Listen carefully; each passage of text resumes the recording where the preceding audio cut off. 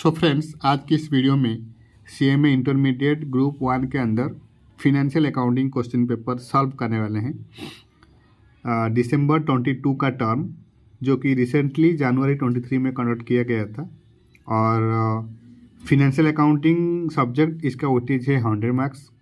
और offline examination का pattern ये है कि सेक्शन ए के अंदर 25 मार्क एमसीक्यू मिल जाएगा और बाकी 75 मार्क्स आपको 75 मार्क्स के लिए आपको 5 लॉन्ग क्वेश्चन अटेंड करना पड़ेगा, राइट।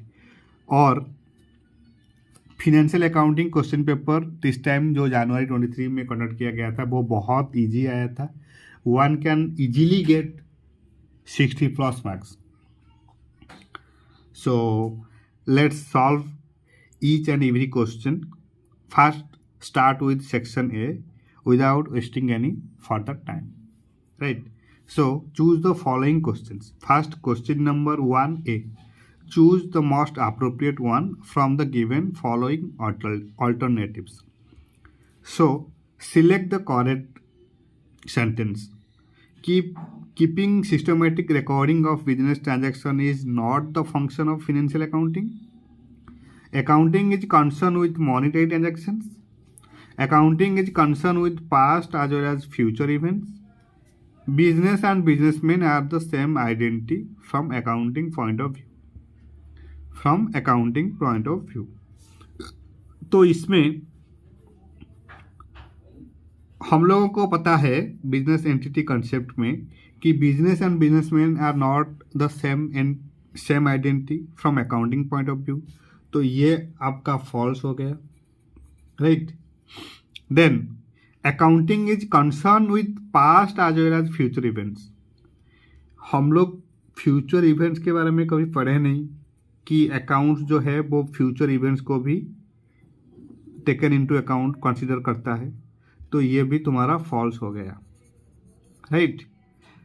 नाउ ऑप्शन बी को जाने से पहले ऑप्शन ए देख लेते हैं। Keeping systematic recording of business transaction is not the function of financial accounting. ये सेंटेंस ट्रू होता अगर नॉट नहीं लिखा गया होता, राइट। तो ये भी फॉल्स हो गया। तो बाकी बचा आपका ऑप्शन बी जो कि right answer, correct. Accounting is concern with monetary transaction. Accounting is concern with monetary transaction. कैसे ना, financial accounting always based on the monetary transaction, right?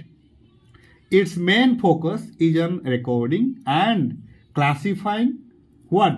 Monetary transaction in the books of accounts and finalization of financial account at the end of every accounting period, right? So in that sense option B is the right answer, that is accounting is concerned with monetary transactions. Now next, going concern concept is not followed where? By bank, by cooperative societies, by joint venture account या फिर depreciation accounting. तो going concern concept, right? तो going concern concept का meaning क्या है? हमको पता है कि the basic principles of going concern concept is that business is assume to exist for an indefinite period. क्या? Indefinite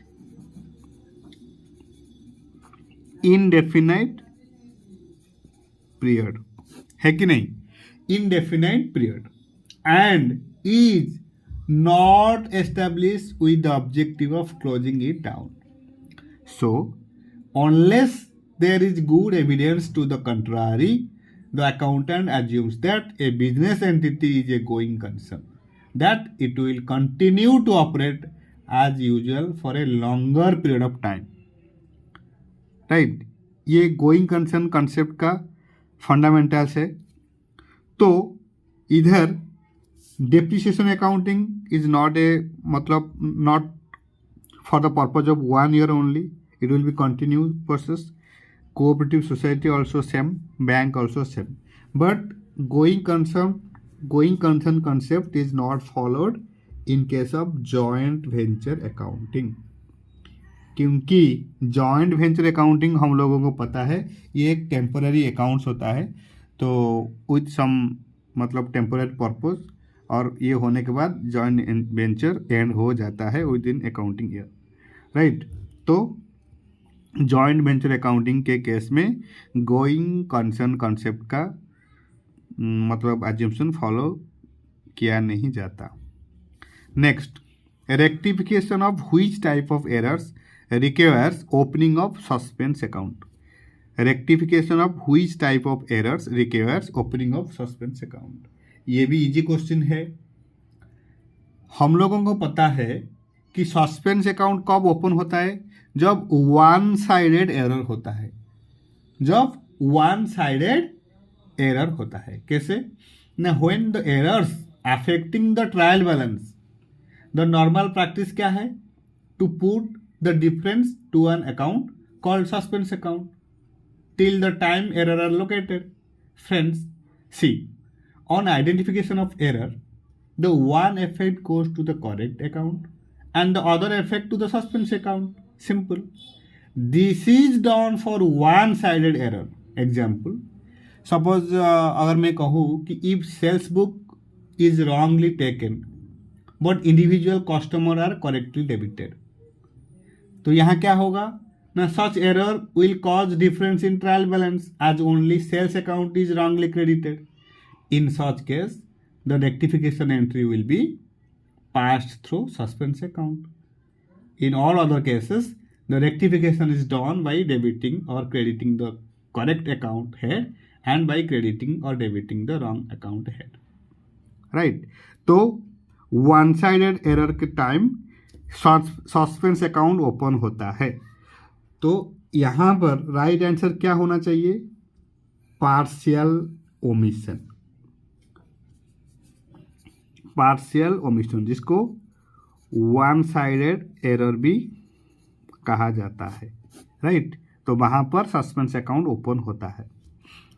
very easy question. Now next, a buyer returning goods on the ground of poor quality sent a note along with the goods stating that no payment will be made in respect of goods returned. Then the return note is called what? यहाँ पर buyer के sense में देखा जाए तो अगर buyer ने goods return कर रहा है, अगर बायर ने गुड रिटर्न कर रहा है, देन तो क्या होगा, तो हमको पता है generally when a customer return goods to supplier he issues a debit note for the value of the goods return by him. Similarly the supplier who receive the good issue a credit note. Supplier credit note issue करता है और purchaser मतलब customer जो है वो debit note issue करता है, right. तो इसका राइट आंसर होगा debit note. Customer point of view से देखा जाए तो राइट आंसर होगा डेबिट नोट। अगर सेलर के पॉइंट ऑफ व्यू में देखा जाता तो क्रेडिट नोट होता है, राइट। तो यहाँ पर बायर ने रिटर्न कर रहा है, कौन, बायर रिटर्निंग गुड्स, राइट। तो according to question the solution will be option number A, debit note. Debit note. Now next important question, which of these expenses is not included in valuation of abnormal loss? Which of these expenses is not included in valuation of abnormal loss? तो abnormal loss कब होता है, जब consignor ने कुछ goods send किया, transit में है, मतलब एक्सपेंसेस ऐसा जहां पर कुछ किया नहीं जा सकता, राइट। और इसमें कंसाइनी का कुछ रोल नहीं है, राइट। तो हमको पता है while valuing the abnormal loss, the proportionate expenses are taken only up to the stage of the loss. Up to the stage of the loss. For example, you can say that if goods are lost in the transit on way to the consignee place, the value of abnormal loss will include the basic cost of the goods plus proportionate expenses of the consignor only. किसका expenses calculate किया जाएगा? Proportionate expenses of the consignor. Proportionate expenses of the consignor है कि नहीं? Proportionate expenses of the consignor. तो यहां accordingly क्या होगा? क्या होगा? कॉन्साइनी का कुछ रोल नहीं है एबनॉर्मल लॉस में. तो यहां पर एबनॉर्मल लॉस कैलकुलेशन के टाइम गो डाउन रेंट जो है वो तुम्हारा काउंट नहीं किया जाएगा वैल्यूएशन करने के लिए. एबनॉर्मल लॉस को वैल्यूएशन करने के लिए गो डाउन रेंट को कैलकुलेट नहीं किया जाएगा. Next, goods sold by other co-venturer is debited to whom? Joint venture account, other co-venturers personal account, joint bank account या फिर none of the above. तो goods sold by other co-venturer, अगर co-venturer ने कुछ sold किए हैं goods to joint venture, then joint venture के लिए क्या हो जाएगा? एक्सपेंसेस हो जाएगा. Very simple, very simple. तो इन दैट केस तो जॉइंट वेंचर अकाउंट का एक्सपेंसेस हुआ तो joint venture account will be debited. Simple. तो हमको पता है all expenses and losses are debited. So अगर जॉइंट वेंचर के अकाउंट के लिए ये एक्सपेंसेस है तो फिर joint venture account will be debited. तो इसका राइट आंसर होना चाहिए joint venture account. Goods sold by other co-venturer is debited to joint venture account. Now, next, sale is recognized as revenue. ये आपका revenue recognition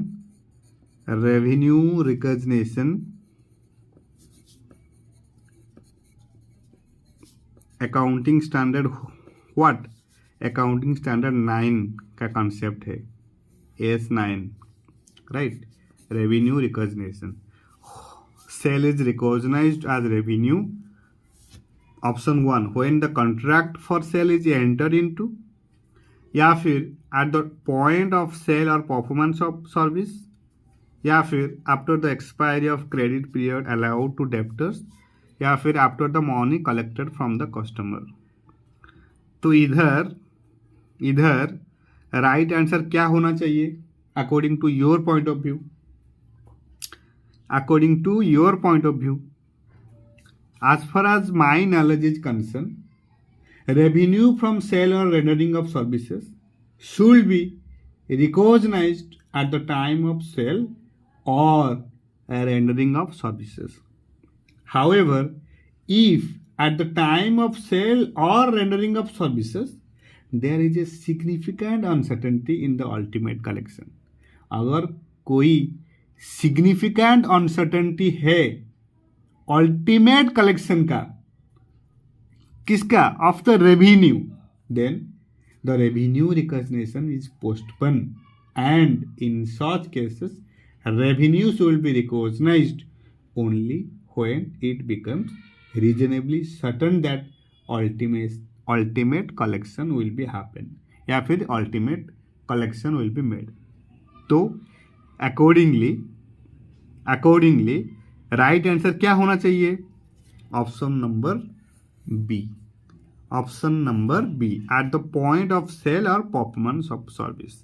ये revenue recognise AS9 का concept है. Sale होगा, right, position has been transferred, all risk and rewards already transferred to buyer and seller has no control of the assets, right? तो वहाँ पर cell माना जाएगा। तो at the point of sale और परफॉर्मेंस ऑफ सर्विस, अगर uncertainty है तो फिर रेवेन्यू रिकॉग्नाइज नहीं हो पाएगा। तो right answer will be at the point of sale और performance of services. Right, now partnership accounting का क्वेश्चन है। A and B are partners sharing profit and losses in the ratio of 3:2. They admitted C with effect from 1st April 2021. New profit sharing ratio is agreed at 4:3:3. An extract of their balance sheet as at 31st March 2021 is as follows. तो liability given workmen compensation reserve 90,000. Based on the above information, you are required to answer the following question. If there is no other information in respect of workmen compensation reserve, अगर workmen compensation reserve के अंदर कुछ information नहीं दिया गया है तो फिर क्या होगा? हम लोग पार्टनरशिप एक्ट के अंदर इसको अच्छे से पढ़े हैं। If there is no such information in respect of workmen compensation reserve, तो क्या होगा? Then old profit sharing ratio जो है उसके अकॉर्डिंग डिस्ट्रीब्यूट किया जाएगा। तो old profit sharing ratio is what? 3:2. 3:2. तो 90,000 into 3/5 and 90,000 into 2/5, इसके अकॉर्डिंग हम लोग डिस्ट्रीब्यूट करेंगे। Right, if partnership is silent then ऐसे कैलकुलेट किया जाएगा। 90,000 into 3 divided by 5, 54,000 for A and 90,000 into 2 divided by 5, 36,000 for B. Right, तो अकॉर्डिंगली राइट आंसर क्या होना चाहिए? ए तो कभी भी नहीं हो पाएगा क्योंकि ये 60,000 30,000 का क्राइटेरिया है। तो B credit A capital 54,000 and B capital 36,000। Right, तो ये भी ओके। देखते हैं। C debit A's capital account with 54,000 and B's capital account with 36,000 and last A capital account with 36,000 and B capital account 27,000 and C ये भी नहीं हो पाएगा। तो A नहीं होगा, D नहीं होगा, तो आया B और C के अंदर। तो यहाँ राइट आंसर होगा B credit A account 54,000 and B capital account 36,000. Then next, if a claim for workmen compensation is estimated at 60,000, right, तो क्या होगा? अगर 60,000 का क्लेम है तो 90,000 माइनस कर देंगे 60,000, बाकी कितना बचा? 30,000 है कि नहीं?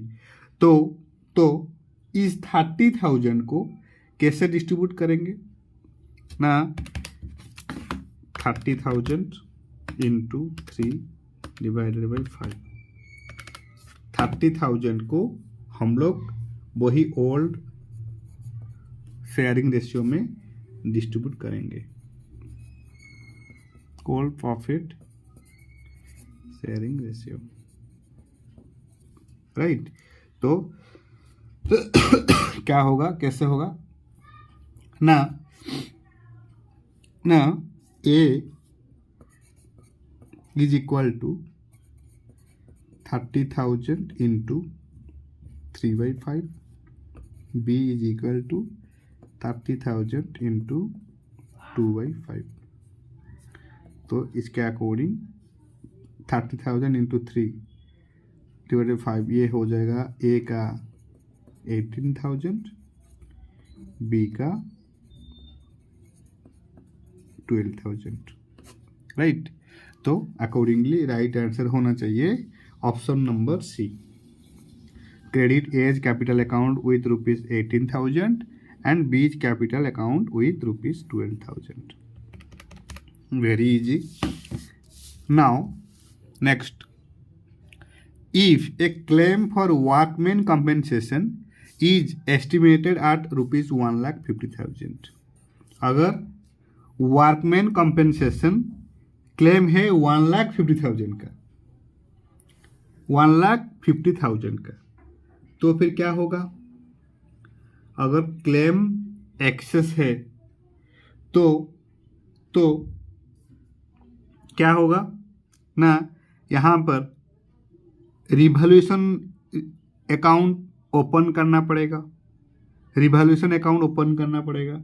तो डेबिट हो जाएगा कितना rupees? 90,000 rupees, right. 90,000 rupees debit हो जाएगा। Debit workman compensation reserve account 90,000 and revaluation account with ₹60,000, right. तो accordingly right answer will be choice number C, debit workman compensation reserve account with 90,000 and revaluation account with ₹60,000।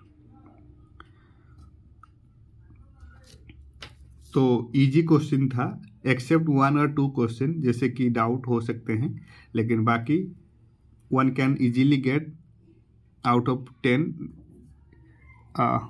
Up to 8 marks easily 1 can get in question number 1A के अंदर। Now question number 1B, match the following in column A with column B। Match the following in column A with appropriate column B।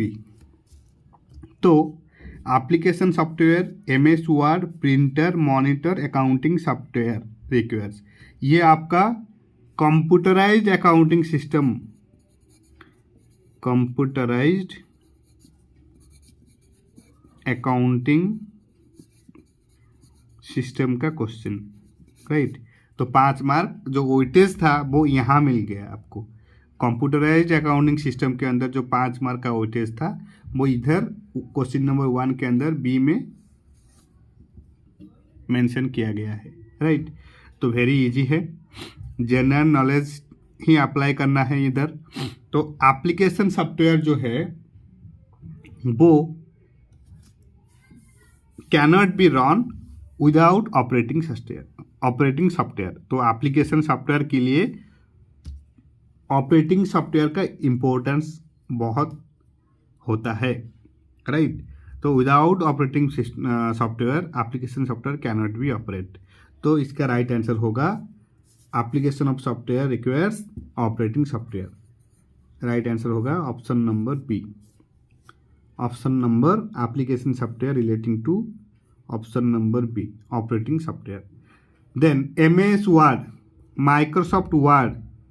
Microsoft word is not an operating software. ये हम लोगों को पता है, ये general sense है। Microsoft window operating software हो सकता है, राइट, लेकिन Microsoft word is not a operating software, तो इसका राइट आंसर होना चाहिए कॉलम बी का option number A, MS word is not an operating software. Next, printer क्या है? प्रिंटर हम लोगों को पता है इज एन आउटपुट डिवाइस।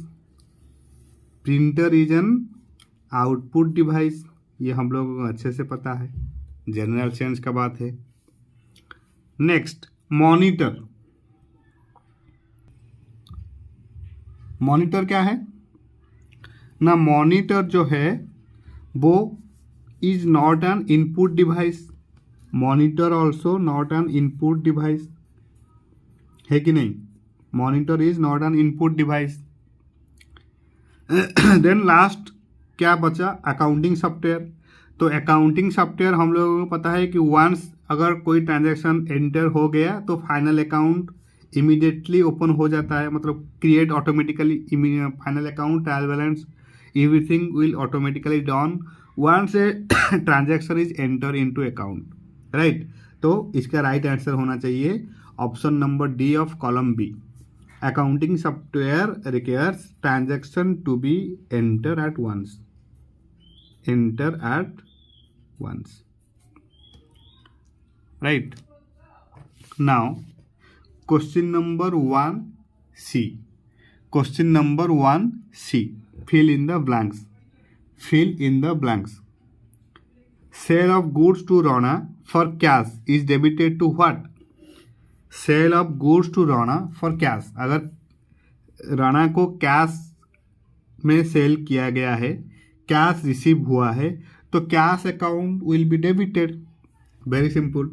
तो इधर cash account will be debited, बहुत सिंपल क्वेश्चन था ये, मतलब पूरा फाउंडेशन वाला क्वेश्चन। तो cash account will be debited. Next, a bill of ₹10,000 is renewed, the drawee pays ₹3,000 as part payment, the amount of interest is charged ₹200, then the value of new bill is how much? तो very simple है, straight forward question. 10,000 का bill था, ड्रॉई ने 3,000 part payment किया है, तो बचा कितना 7,000। द अमाउंट ऑफ इंटरेस्ट कितना है 200, देन न्यू बिल कितना हो जाएगा, simple 7,000 plus 200, 7,200, simple, very very simple. Then next, net sales for the year ended 31st March 22 is ₹9 lakh. If gross profit is 25% on cost, then cost of sales कितना होना चाहिए, कितना होना चाहिए? तो ये हमको अच्छे से पता है, फाउंडेशन लेवल वाला क्वेश्चन है कि अगर gross profit 25% on cost, right, अगर ग्रॉस प्रॉफिट कॉस्ट का 25% हो रहा है तो सेल के ऊपर कितना होना चाहिए, तो ये हमको पता है। तो अगर GP on cost 25%, then on sales it will be 20%, very simple, 20%, right। तो अगर सेल का 20% जीपी हो रहा है तो 80% कॉस्ट, तो 80% कॉस्ट है कि नहीं। तो इधर कितना दिया गया है, सेल कितना दिया गया है 9 लाख, सेल है 9 lakh into 80%, 7,20,000 is the cost of sales, simple, 9 lakh into 80/100 that is 7,20,000, very very simple, very very simple. मतलब आपको सिर्फ जनरल आइडिया लगाना है, ट्रिक लगाना है, तो आंसर विल बी देयर। तो net sales for the year ended 31st March 2022 is 9 lakh. If gross profit is ₹25% on cost, then cost of goods sold will be 9 lakh into 80/100, ये हो जाएगा 7,20,000, 7,20,000, राइट।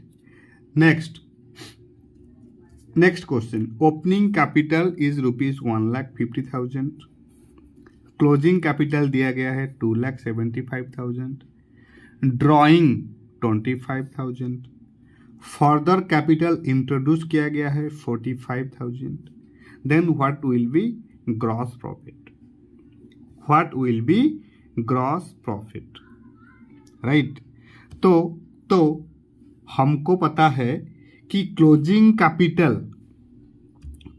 कैपिटल में अगर ड्राइंग को ऐड कर दे, closing capital में अगर ड्राइंग को ऐड कर दे, ऐड ड्राइंग, और इसमें अगर ओपनिंग बैलेंस जो है अगर लेस कर दें, ओपनिंग बैलेंस अगर लेस कर दें विथ एडिशनल कैपिटल अगर लेस कर दे तो हमारा प्रॉफिट आ जाता है कि नहीं,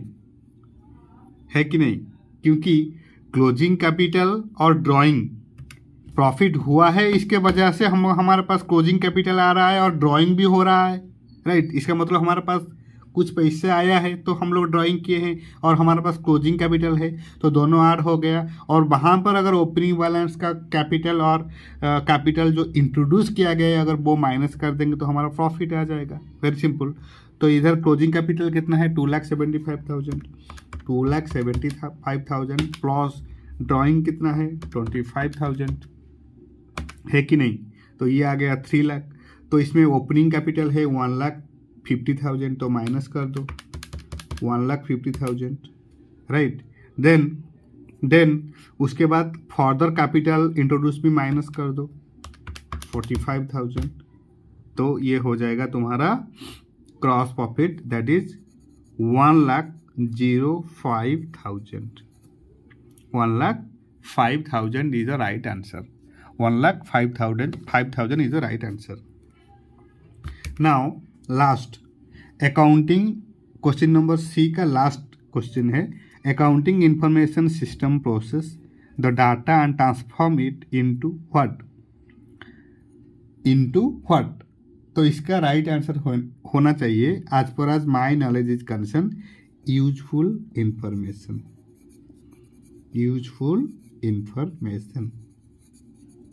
Accounting information system process the data and transforms it into useful information, right.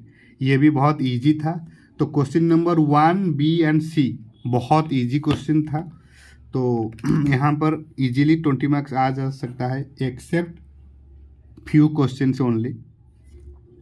Now question number 1 का last question number D, state whether the following sentence are true or false. Debit means an increase in liability.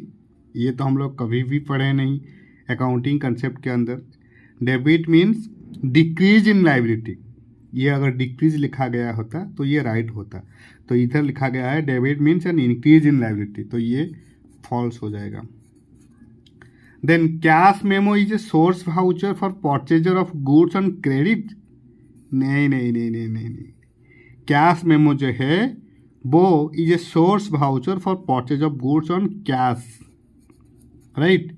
तो ये भी तुम्हारा false हो गया। Then balance of petty cash is an expense, नहीं, balance जो petty cash का जो बैलेंस होता है वो ऑलवेज इनकम होता है, राइट। तो ये भी तुम्हारा फॉल्स ही हो जाएगा। तो प्रोविजन फॉर डाउटफुल डेब्ट इज डेबिटेड टू बैड डेब्ट अकाउंट, ये भी रॉन्ग है, क्योंकि प्रोविजन फॉर डाउटफुल डेब्ट जो है वो डेबिट होता है profit and loss account, right. तो ये भी फॉल्स हो गया, ये सेंटेंस भी फॉल्स हो गया। Now last, capital receipts and revenue receipt need not to be distinguished to determine the net profit। ये बोल रहा है कि capital receipt and revenue receipt को डिस्टिंग्विश करना नहीं चाहिए प्रॉफिट को कैलकुलेट करने के लिए। ये भी गलत है कि कैपिटल रिसिप्ट और रेवेन्यू रिसिप्ट के द्वारा ही तो पता चलता है ना नेट प्रॉफिट, तो ये फिर गलत हो गया। तो बाकी सॉरी, ये all the 5 sentence are false.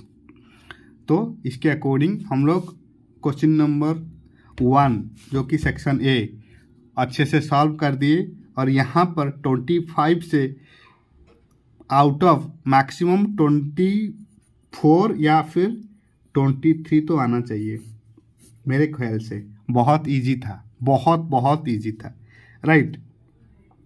तो इसके नेक्स्ट वीडियो में हम लोग डिस्कस करेंगे सेक्शन बी का जितना भी लॉन्ग टाइप क्वेश्चन है वो सब डिस्कस करेंगे। इजी क्वेश्चन था, कोई डिफ़िकल्ट क्वेश्चन नहीं था। ब्रांच अकाउंट सिर्फ इसका एक ही ब्रांच अकाउंट ओपन करना है और डेप्टर अकाउंट भी प्रिपेयर नहीं करना पड़ेगा इधर, तो ये भी इजीली हो सकता है, राइट। सिंगल अकाउंट का क्वेश्चन दिया गया है और पार्टनरशिप अकाउंट का क्वेश्चन दिया गया है और इसके बाद अकाउंटिंग स्टैंडर्ड 1 अकाउंटिंग पॉलिसीज, इसका अकाउंटिंग पॉलिसी इसका क्वेश्चन दिया गया है जो कि तुम्हारा 10 मार्क का क्वेश्चन है, तो ये भी इजीली आ सकता है। वेरी सिंपल क्वेश्चन था। और question number B also accounting for fix cost, AS 10 का क्वेश्चन है। यह है आपका प्रॉपर्टी प्लांट एंड इक्विपमेंट का क्वेश्चन AS 10 के अंदर, तो ये भी इजी क्वेश्चन है। देन इनकम एंड एक्सपेंडिचर का अकाउंट, नॉन प्रॉफिट NPO वाला क्वेश्चन, ये भी इजी क्वेश्चन है। स्टेप मार्किंग इधर आ जाएगा। Even one can do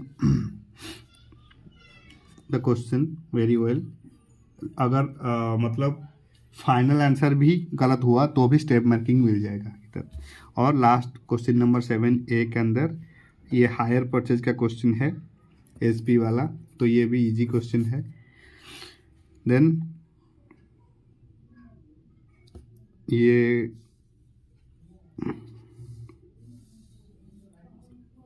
question भी इजी क्वेश्चन है, ये भी हो सकता है इजीली। और शॉर्ट नोट जो दिया गया है डबल एंट्री सिस्टम का और डेप्रिसिएशन पॉलिसी का और hire purchase and instalment system, ये भी इजी क्वेश्चन है। तो almost all questions are very easy and can be attend easily. So इधर इस मतलब क्वेश्चन में 70+ आराम से आ जाएगा, आराम से इजीली आ सकता है, right. So wish you all the best. आप सबको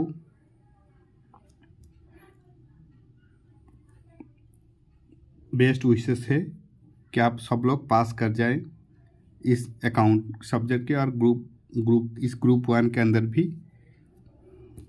तो this is it all about financial accounting question paper section A, right. इसका नेक्स्ट वीडियो में सेक्शन B का हम लोग अच्छे से ऑल द क्वेश्चन सॉल्व करेंगे।